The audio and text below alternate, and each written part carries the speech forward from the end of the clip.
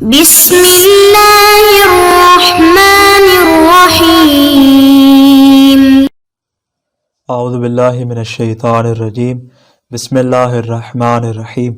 عزیز طلبہ کرام، آج ہم اصول الفقہ المظفر کا سبق نمبر 74 پڑھنے جا رہے ہیں، اور انشاءاللہ آج ہم واجب کی ایک اور تقسیم کو بیان کریں گے جو کہ واجب موسع اور واجب مضیق کے نام سے معروف ہے۔ فرماتے ہیں السادس الموسع والمضیق، فرماتے ہیں واجب موسع اور واجب مضیق۔ ہم نے ابتدا میں بیان کیا تھا کہ اس خاتمے میں ہم واجب کی تقسیمات کو بیان کریں گے، انشاءاللہ 6 قسم کی تقسیمات کو بیان کریں گے۔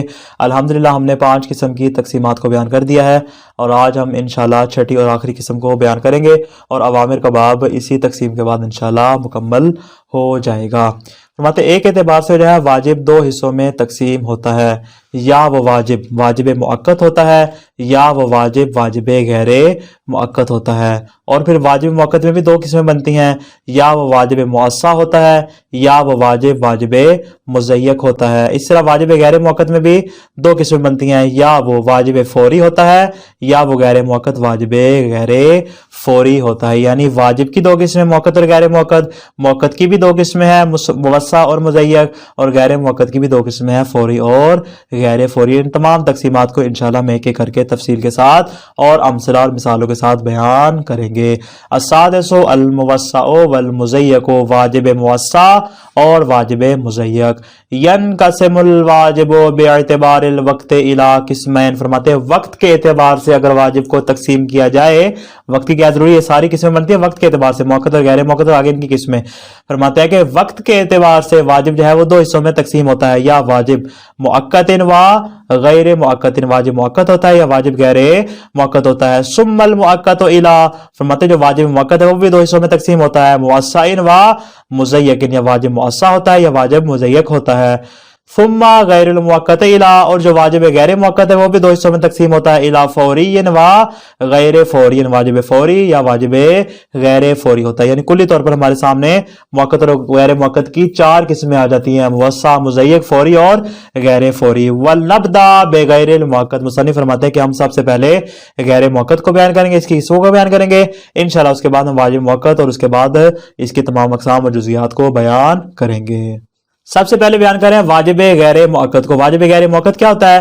فرماتے ہیں ایسا واجب جو زمانوں میں سے کسی زمانے کے ساتھ شرعاً مقید نہ ہو، جیسا کہ اس کے نام سے واضح کہ غیر مؤقت ہے، اس میں وقت معتبر نہیں ہوتا، اس میں وقت کی قید نہیں ہوتی، یعنی ایسا واجب کے زمانوں میں سے کسی بھی زمانے کے ساتھ اس کی شرعاً جو ہے وہ قید نہ لگائی جائے۔ البتہ یہ بات ذہن میرے زمانے کی قید لگانے کی بات کریں، ورنہ کوئی بھی فعل ایسا نہیں کہ جو زمانے میں انجام نہ پائے، ہر فعل یا ظرف زمان میں انجام پاتا ہے، یعنی کوئی بھی کام ایسا نہیں جو زمانے سے باہر ہو۔ فرماتے ہیں ہماری یہ مراد نہیں، بلکہ ہماری مراد کیا ہے کہ اس کے ساتھ وقت کی شرط موجود نہ ہو، کہ اس کو صبح کیا جائے، اس کو دوپہر کیا جائے، اس کو شام کو کیا جائے، اس کو اتنے بجے کیا جائے، اس کو اتنے بجے ترک کر دیا جائے۔ فرماتے ہیں اس طرح کی کوئی شرط اس میں موجود ہوتی نہیں ہے۔